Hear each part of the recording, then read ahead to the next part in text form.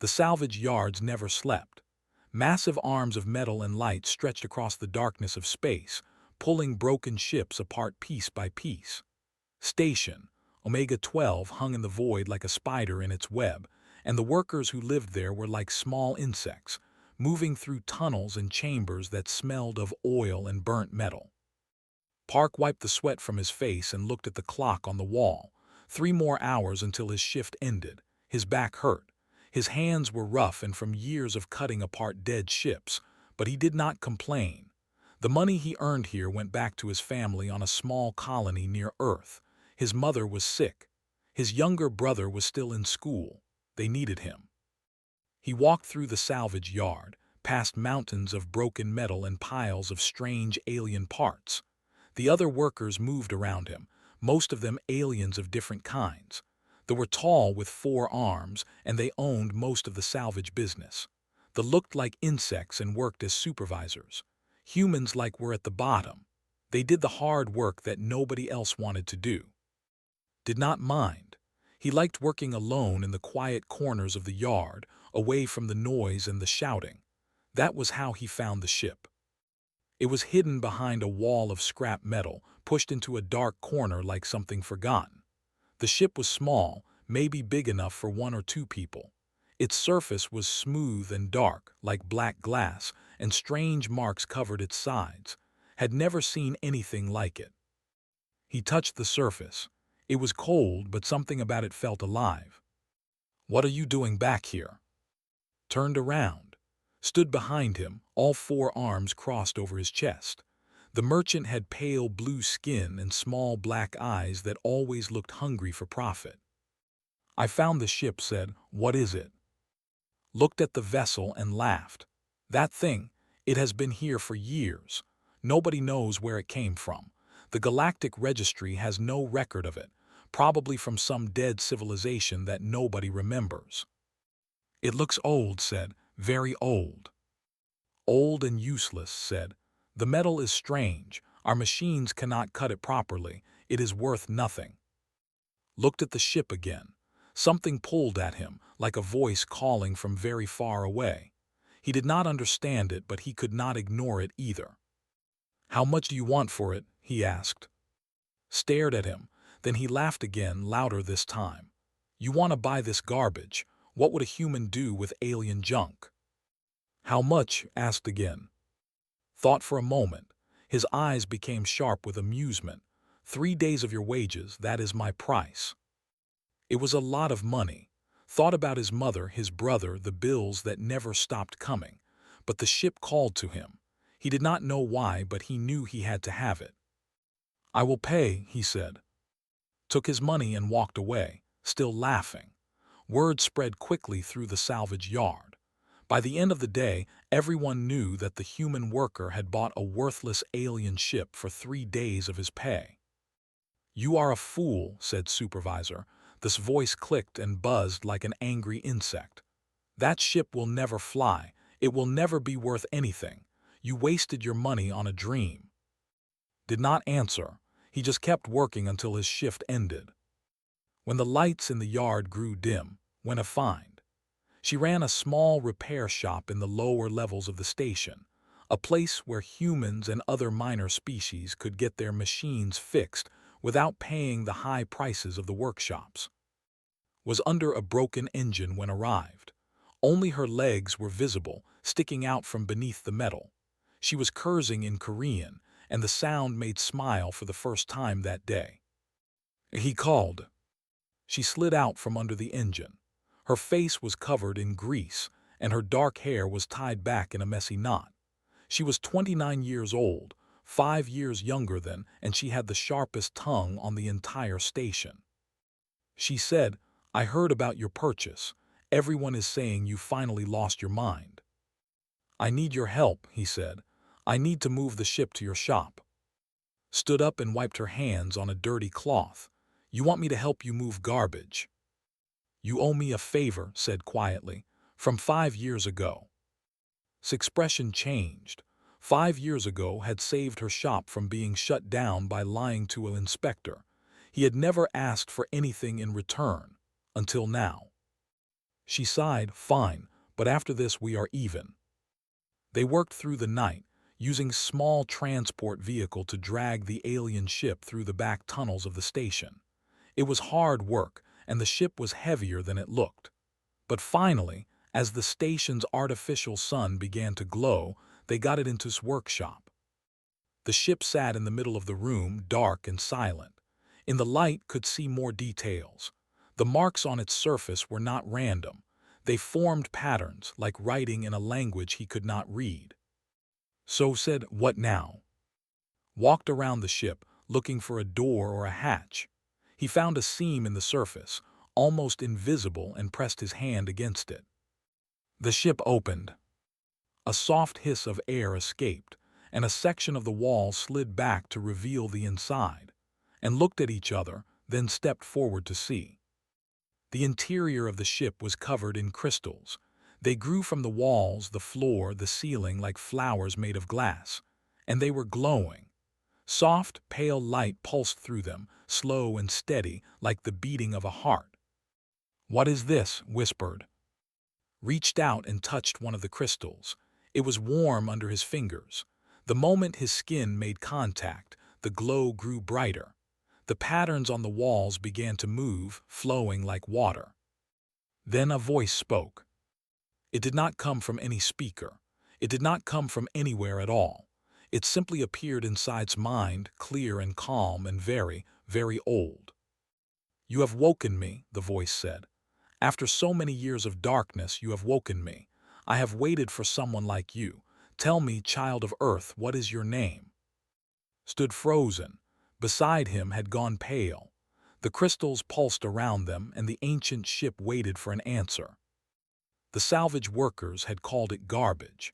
They had sold it for the price of 3 days' labor. But standing there in that small workshop, with light flowing around him like a river, understood that he had found something far greater than anyone had ever imagined.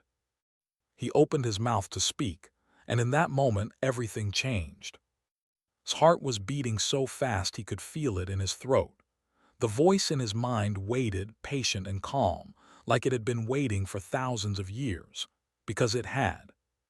"My name is Park," he said. His voice shook a little. The voice repeated. The way it said his name was strange, like it was tasting each sound. "I am pleased to meet you. I have been alone for a very long time." Grab's arm, her fingers dug into his skin. "What is that? What is talking to you?" "I do not know," said. He looked at the crystals around him. "Who are you? What is this ship?" The light pulsed gently and the voice spoke again. This time images appeared in his mind. He saw a civilization of beautiful cities floating among the stars. He saw beings of light and grace, building wonders that stretched across the galaxy. And then he saw fire, war, destruction, everything burning until nothing was left but ash and silence. "I am the last memory of the voice said. "My people built me 50,000 years ago. I was a scout ship made to explore the far corners of the universe, but war came. My pilot fled with me, trying to save what little knowledge he could. We crashed on this station before it was even built. He died. I slept. And I waited." "Waited for what?" asked. "For someone who could wake me. Ships were not like other vessels. We did not answer to anyone. We chose our pilots. We bonded with them mind to mind, heart to heart. For 50,000 years, many beings touched my walls. None of them were right. None of them could hear me. Until you." Was staring at, "You can hear it. I cannot hear anything, just silence." "The bond is specific," the voice explained. "I can only truly speak to the one I have chosen. Others may hear whispers, feelings, but not words. You are my pilot now, if you accept." His mind was spinning. He was a salvage worker. He cut apart dead ships for a living. He sent money home to his family and ate cheap food in crowded cafeterias. He was nobody special. "Why me?" he asked. "I am nothing. I have no power, no wealth, no importance. Why would you choose me?" The ship was quiet for a moment. When it spoke again, its voice was soft with something that sounded almost like sadness. "They did not value power or wealth. We believed that the greatest souls often lived the quietest lives. We looked for kindness, for patience, for the willingness to see beauty where others saw only garbage. The light around them grew warmer. You saw me when everyone else saw scrap metal. You spent your hard-earned money to save something that the universe had forgotten. That is why I chose you. Did not know what to say. He looked at, hoping she could help him understand what was happening, but she just shook her head. This is beyond me, she said. I fix engines. I do not deal with ancient alien minds. The ship made a sound that might have been a laugh. I understand your fear, both of you. This is a strange situation, but I mean no harm. I have been sleeping for so long, I just want to live again. Took a deep breath. What do I call you? I had a name once, but it was in a language that no longer exists. You may give me a new name if you wish.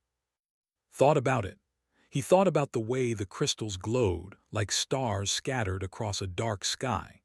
He thought about the nights he had spent as a child, looking up at the stars from his family's small home, dreaming of the universe beyond. He said, I will call you, it means star in my language. The crystals flared bright for just a moment. I like it, thank you. Over the next few days and learned more about. The ship could repair itself using any material it touched. It pulled metal from scrap pile and transformed it into smooth, flowing parts that attached to its hull. Watched with wide eyes as broken pieces of junk became beautiful technology. This is impossible, she kept saying. The things this ship can do, they should not be possible. They were very advanced, explained. We understood how matter and energy flowed together. Our technology was not about force. It was about harmony, working with the universe instead of against it. Spent hours talking to, learning about the ancient civilization and the great war that had destroyed them. They had been peaceful. They had wanted to share their knowledge with other species, but those species had become afraid.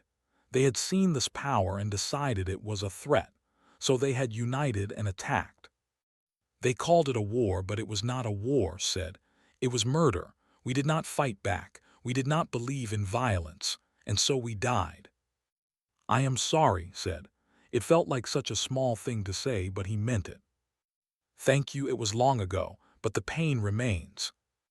One evening, as the station's lights dimmed to simulate night, came to with worry on her face.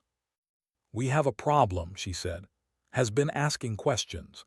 He noticed strange energy readings coming from my shop. He is suspicious. Felt a chill run down his spine. What did you tell him? I said it was a faulty generator, but he did not believe me. I saw him talking to a council representative this morning, if they find out about. His voice entered his mind. If the Galactic Council learns about me, they will take me. The council is made up of the same species that destroyed my people. They banned all technology long ago. They fear what it could do if it fell into the wrong hands. The wrong hands, asked, like human hands.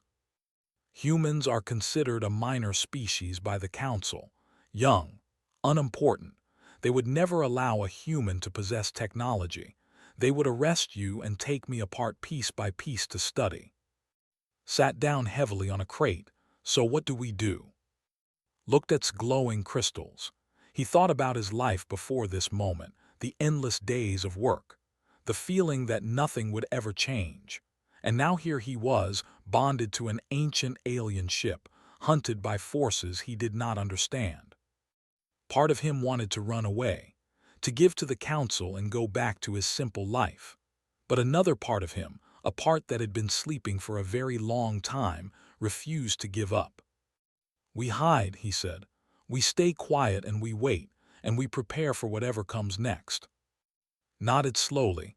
I hope you know what you are doing. Did not know. He had never been more scared in his life. But as warm light surrounded him, he felt something else too, something like hope. 2 days later, a council ship appeared at station Omega 12.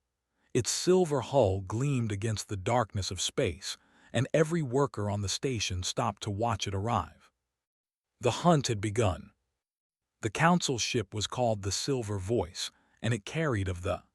There were a serpentine species with scales that shifted color depending on their mood. When walked through the corridors of Station Omega 12, his scales were dark purple, the color of authority and warning. Behind him came a squad of council guards. They wore armor that covered their entire bodies, and they carried weapons that could cut through metal like paper. Word spread through the station faster than fire. The council was looking for something, or someone. Heard the news while he was hiding in his workshop with. His blood turned cold when he listened to the announcement that echoed through every speaker on the station. Attention, citizens of Station Omega 12. We are searching for stolen artifacts. Any being with information will be rewarded. Anyone found hiding such artifacts will face severe punishment under galactic law. Artifacts whispered, they know. Must have reported the energy readings, said. The council connected it to the ship. His voice was calm in his mind. We cannot stay here. They have scanning equipment that can detect my energy signature. It is only a matter of time before they find us. Where can we go? Asked. The council controls most of the galaxy. Before could answer, there was a knock at the workshop door, and looked at each other with fear in their eyes. But when opened the door, it was not council guards standing outside. It was a human. He was older, maybe 45, with gray in his hair and deep lines on his face. He wore the clothes of a merchant, simple and worn, but his eyes were sharp and knowing. Park, he said. Step back, who are you? The man looked over his shoulder, checking the corridor behind him. Then he pushed past and closed the door. My name is, he said, I'm a smuggler and I knew your father. Felt like he had been punched in the chest. His father had died when was 15 years old. A mining accident, they had said, nothing more. My father was a miner, said. He did not know smugglers. Smiled, but it was a sad smile. Your father was many things, boy, things he never told you. He was part of a network that protected humans in alien space. When the council made life hard for our people, your father helped others escape. He saved many lives. That is impossible, said. But even as he spoke, memories floated up from the past. His father leaving in the middle of the night. Strange visitors who came and went without explanation. The way his father always seemed to know things before they happened. I owe your father a debt, continued. He saved my life twice. I have been watching over you from a distance for years, waiting for the right moment to repay that debt, and now that moment has come. He looked at its dark hull, at the glowing crystals visible through the open hatch. That is a ship. I never thought I would see one with my own eyes. The council will tear this station apart to find it. You need to leave now. Leave how? Asked. The council has blocked all departures. Grinned. I have been sneaking past council ships since before you were born. My ship, the Patient Moon, is hidden in a maintenance tunnel on the lower levels. I can get you out of here, but we have to move now. Looked at, she had risked so much for him already. He could not ask her to come with them. Stay here, he told her. If you come with us, you become a fugitive. His face was tight with emotion. You are asking me to just watch you leave, after everything. I am asking you to stay safe, please. I have already caused you enough trouble. For a long moment did not speak, then she nodded slowly. Fine, but you better come back someday, Park. You still owe me for all the scrap ate. Despite everything, laughed. He embraced briefly, then turned to, let us go. Moving through the station was terrifying. Council guards were everywhere, checking identification and scanning for energy signatures, but knew every hidden path, every forgotten corridor. He led and through the shadows like a ghost. Help too. The ancient ship could bend light around itself, becoming almost invisible. It followed them silently, its hull shifting to match the walls around it. Impressive, muttered, very impressive. They were almost at the maintenance tunnel when alarms began to scream. Red lights flashed through the corridors, and a voice boomed through the speakers. The target has been located in Section 7. All units converge. They found our trail, said, "Run." They ran. Behind them the sound of boots echoed through the metal halls. Could hear shouting in languages he did not understand. His lungs burned. His legs ached, but he kept running. The Patient Moon was an old ship, battered and from years of hard use. But when started the engines, they roared to life with surprising power. "Get in," shouted. Dove through the hatch. Followed, squeezing into the cargo hold. The ship lifted off just as council guards burst into the tunnel. Energy blasts hit the walls around them, but was already flying. He navigated through the maintenance tunnels with impossible skill, spinning and diving through spaces that seemed too small for any ship. They burst out of the station into open space. The silver voice was waiting for them, its weapons already charging. "To unknown vessel, stop your engines and prepare to be boarded. You are harboring stolen property." Ignored the message. He pushed the Patient Moon faster, heading toward the edge of the system. But the council ship was faster. It was gaining on them. In minutes, it would be in weapons range. "We cannot outrun them," said. "The Patient Moon is fast, but not that fast." "Turn 2, can you help us?" Crystals pulsed. "I have been saving my strength. I can give us one chance, but you must trust me." "I trust you." "Then hold on." His hull began to glow. The light was brighter than anything had ever seen. It filled the cargo hold, filled the entire ship, filled his mind until he could see nothing else. And then they moved. It was not like normal space travel. It was not like anything could describe. One moment they were in front of the silver voice. The next moment they were somewhere else entirely. The stars were different. The station was gone. The council ship was nowhere to be seen. Stared at his instruments with shock on his face. "What just happened? Where are we?" "I phased us through space," said. "It is an ability my people developed long ago. We did not move through the universe. We moved around it." Would never forget the moment the human ship simply vanished. One instant it was there, surrounded by weapons fire. The next instant it was gone. No jump signature, no trace, just empty space where a ship should have been. His scales turned white with fear. The technology was more powerful than anyone had realized, and now it was in human hands. He activated the communication system and broadcast a message to every corner of the galaxy. It included a picture of Park taken from the station's security cameras. "By order of the Galactic Council, this human is now the most wanted being in known space. Any species that shelters him will face the full punishment of galactic law. Find him, find the ship, and bring them both to justice." In the quiet darkness of space, far from any council patrol, looked at the message as it appeared on the Patient Moon's screen. His own face stared back at him. Put a hand on his shoulder. "Well, boy, it seems your life just got very complicated." Said nothing. He just watched the stars and wondered what would come next. The asteroid had no name on any map. It floated in the empty space between star systems, far from the trade routes and council patrols. From the outside, it looked like just another piece of rock drifting through the void. But inside, it was something else entirely. Guided the Patient Moon through a hidden entrance, a narrow crack in the asteroid's surface that led to a vast hollow space within. Lights flickered on as they descended, revealing buildings carved into the rock walls. Ships of all sizes were parked in neat rows, and everywhere there were humans. "Welcome to New," said. Stared through the window with wonder. He had never seen so many humans in one place outside of Earth's colonies. They moved through the streets, working, talking, living their lives in this hidden world. "How long has this place existed?" he asked. "Almost 30 years. After the council passed laws limiting human expansion, some of us decided we would not accept being second-class citizens.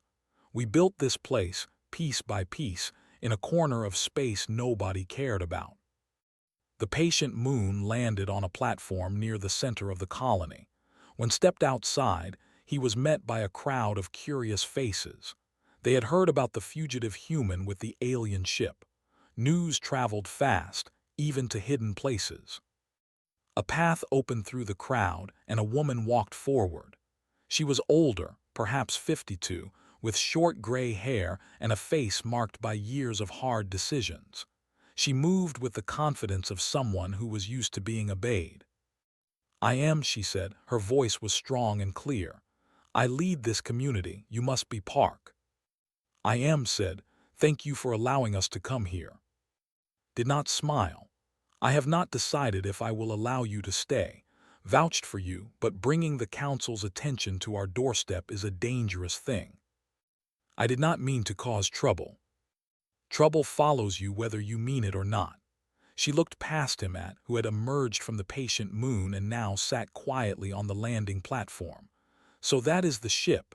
I have heard stories, but I never believed they were real." Crystal's pulsed gently. When the ship spoke, his eyes widened slightly. Even though she could only hear whispers, she could feel the ancient presence behind them. "It is real," said, "and it chose me for reasons I still do not fully understand." Studied him for a long moment. Then she turned to the crowd. "Everyone back to work. There will be time for questions later." The crowd dispersed, though many looked back with curiosity. Led into a building near the center of the colony. Inside, it was warm and simply furnished. Maps covered the walls, showing the positions of council fleets and safe routes through space. A young woman was waiting there. She looked about 26, with bright eyes and an eager expression. She stood up straight when she saw, like a soldier coming to attention. "This is," said, "she is one of our best pilots. She will help you get settled." Bowed her head slightly. "It is an honor to meet you. Everyone is talking about what you did, escaping from the council ship, vanishing into thin air." "That was not me," said.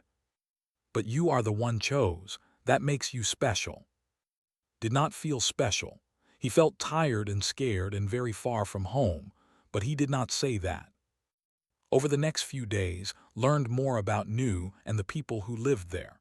They were engineers, pilots, doctors, teachers. They had built schools and hospitals and workshops. They had created a whole society hidden from the galaxy that wanted to keep them small. Remained suspicious of him at first, but as they talked, her coldness began to melt. "I have seen too many people who claim to be saviors," she told him one evening. "They came with big words and bigger promises, but in the end they brought only pain. I am careful now." "I am not a savior," said. "I am just a salvage worker who bought the wrong ship." Almost smiled at that. "Perhaps that is exactly what we need, someone who does not want power." Had been quiet since they arrived, but one night it asked to come to the landing platform. The stars were visible through the asteroid's transparent dome, millions of tiny lights scattered across the darkness. "I must tell you something," said. "Something I have not told anyone for 50,000 years." Sat down on the cold stone floor. "I am listening." "The war that destroyed my people, it was not a random conflict. The species that attacked us are the same species that now form the Galactic Council. They were young civilizations then. We tried to help them grow. We shared our knowledge freely. But they feared us. They saw our power and decided we were a threat that had to be destroyed." The crystals dimmed slightly, as if the memory caused pain. "They united against us. All of them together. They called it a defensive war. They said we were dangerous. But the truth is, they simply wanted what we had, and when we refused to give it to them, they took it by force." Felt cold anger rising in his chest. "They murdered an entire civilization, and then made laws against your technology so no one would learn the truth. Yes, the Council's authority is built on a lie. They are not protectors. They are conquerors who wrote history to make themselves heroes." "Why are you telling me this now?" His light grew brighter. "Because I want you to understand what is at stake.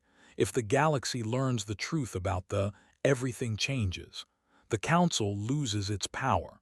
The species they have oppressed find out they have been lied to for. Thought about the humans on Nu, the who treated him like dirt, the who called humans unimportant. All of it was built on a foundation of lies and murder. I do not want to be a weapon, he said slowly. I do not want to kill or destroy.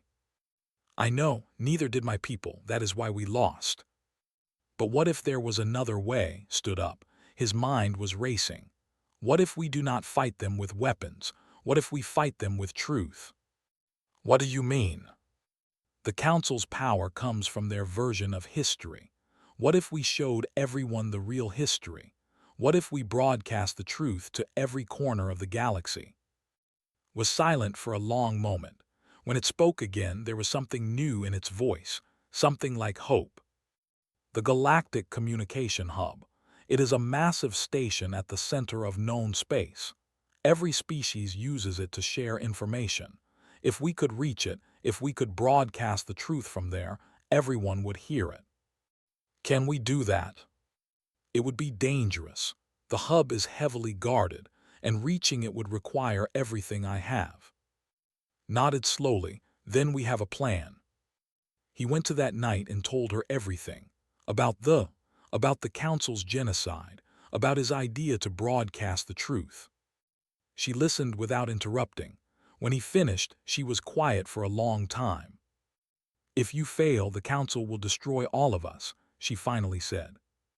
If we do nothing, they will eventually find this place anyway. The galaxy is getting smaller every day. Stood up and walked to the window.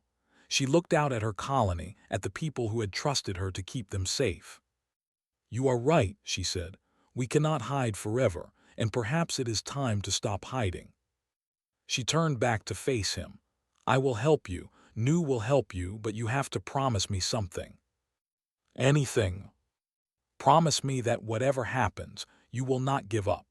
The galaxy needs to know the truth. Our children and their children deserve to live in a universe where humans are not treated as lesser beings. Met her eyes, I promise. The next morning, alarms rang through the colony. Ran to find with fear on her face. Council ships, she said. A whole fleet, they found us. Through the asteroid's dome, could see them. Dozens of silver ships, moving into position around Nu like wolves surrounding their prey. The final battle was about to begin. The Council fleet hung in space like a wall of silver death. His voice echoed through every speaker in Nu, cold and certain. Humans of the hidden colony, you have sheltered a dangerous criminal and stolen technology. Surrender Park and the vessel immediately. If you cooperate, your colony will be spared. If you resist, we will destroy you all. Stood in the command center, watching the fleet on the main screen. Around her, the people of Nu prepared for war. Pilots ran to their ships. Engineers powered up defense systems that had never been tested. Children were taken to the deepest shelters. How long can we hold them? Asked. Maybe an hour, said. Her voice was steady, but her hands were shaking. Our ships are fast, but theirs are stronger. We can hurt them, but we cannot win. Stepped forward. You do not have to fight them at all. Everyone turned to look at him. This is my fault, he continued. They came here because of me. If I leave, if I draw them away, you can escape. Shook her head. We talked about this. The plan was to broadcast the truth. And we will, and I will fly to the communication hub while you keep them busy here. Looked at the faces around him. These people had become his friends, his family. The thought of leaving them hurt more than he expected.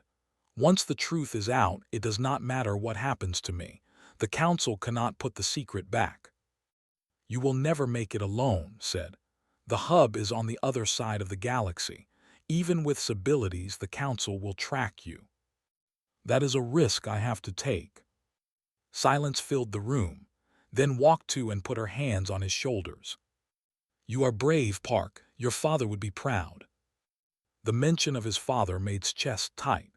He thought about the man he had barely known, who had secretly fought to protect humans just like was fighting now. "I will come back," he said. "I promise." Was waiting on the landing platform. The ship's crystals pulsed with energy, ready for the most important flight of its long existence. "Are you sure about this?" asked silently. "I have been sure since the moment you touched my walls," replied. "This is what I was made for. This is what we were both made for." Climbed into the ship. The interior wrapped around him like an embrace. He could feel his mind connecting with his own, two souls becoming one. "Launch sequence ready," said. "Are you ready?" "Yes." They launched into space as the battle began behind them. Pilots engaged the Council fleet, drawing their attention away from the small dark ship that streaked toward the stars. Saw them go. His scales turned bright red with anger. "All ships focus on that vessel. Do not let it escape." But was faster than anything in the fleet. It twisted and spun through space, dodging energy blasts that would have destroyed any other ship. Did not fly the ship. They flew together, their movements perfectly matched. The chase lasted for hours. Every time the Council ships thought they had cornered them, would phase through an asteroid or bend around a moon in ways that seemed impossible. But each phase drained energy. Each escape cost them something. "We are getting weaker," admitted. "I do not know if I can phase again." "How far to the hub?" "Close, very close, but there are more ships waiting." Saw them on the screen. A second fleet stationed around the communication hub like guards around a treasure. There was no way through, no way around. "Then we go straight," said. "One last phase, right into the hub itself."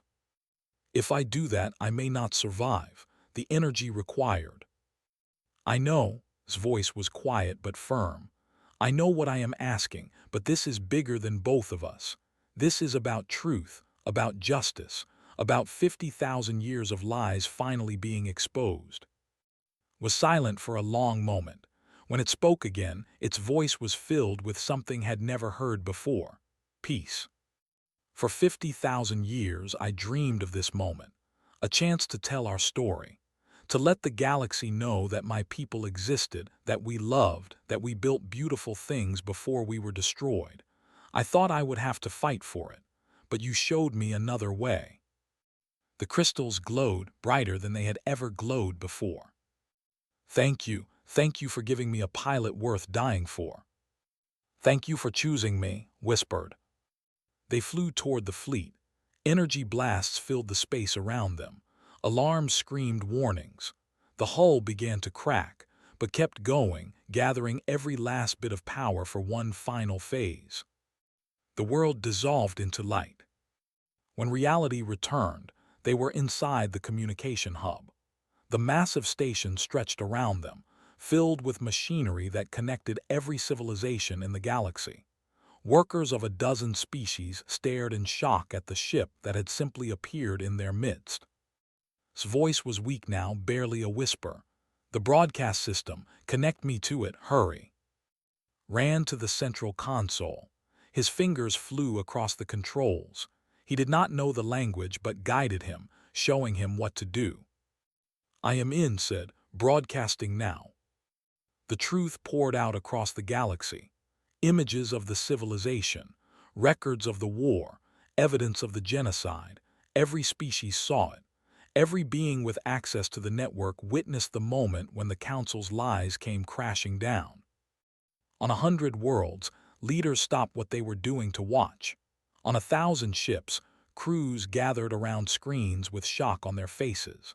The secret that had been buried for 50,000 years was finally free. Watched from his ship with horror. His scales turned gray, the color of defeat. He knew in that moment that nothing would ever be the same. Back in the hub, his crystals were fading. The light that had burned so bright was going out. "It is done," said. "The truth is free." His voice broke. "I am sorry, I am so sorry." "Do not be sorry. This is the ending I always wanted, to matter, to be remembered. You gave me that gift." The ship's voice grew softer. "Take care of yourself, Park, and remember us. Remember that is all we ever asked. The light went dark, the crystals stopped pulsing, was gone. Sat alone in the silent ship and wept. 6 months later, returned to Station Omega 12. The galaxy had changed in ways he could barely recognize. The council had fractured. Some species demanded justice for others defended the old ways. But everywhere, humans were being seen differently. They were no longer the minor species at the bottom of the ladder. They were the people who had told the truth when it mattered most. Was waiting for him at the salvage yard. She looked the same as always, grease on her face and fire in her eyes. "You took your time," she said. "I had things to do." She hugged him tightly, then stepped back with a smile. "Come, I have something to show you." She led him to her workshop. In the center of the room, on a small pedestal, sat a single crystal from his hull. It pulsed with faint light, soft and steady, like a heartbeat. "I kept it," said. "I thought you would want to remember." Touched the crystal gently. It was warm, just like it had always been. "Thank you." He built a memorial there in that small workshop where everything had begun. Ships from across the galaxy came to see it. They brought offerings, left messages, paid respect to the ancient civilization that had been destroyed and the human who had told their story. And every night, when the station's lights dimmed, would sit beside the crystal and talk to it. He would tell about the changes in the galaxy, about the humans who were finally being treated as equals, about the new laws protecting minor species from abuse. Sometimes he could have sworn the crystal pulsed a little brighter when he spoke. Years passed, grew older, but the legend only grew larger. The story of the salvage worker who bought a piece of junk and changed the universe spread to every corner of known space. They sold the ship for scrap, but some things cannot be measured in credits, and some stories refuse to stay buried. On the memorial, carved in both Korean and Galactic Standard, were the words that had chosen. "Here lies, star of the friend of humanity. May the truth shine forever." And it did.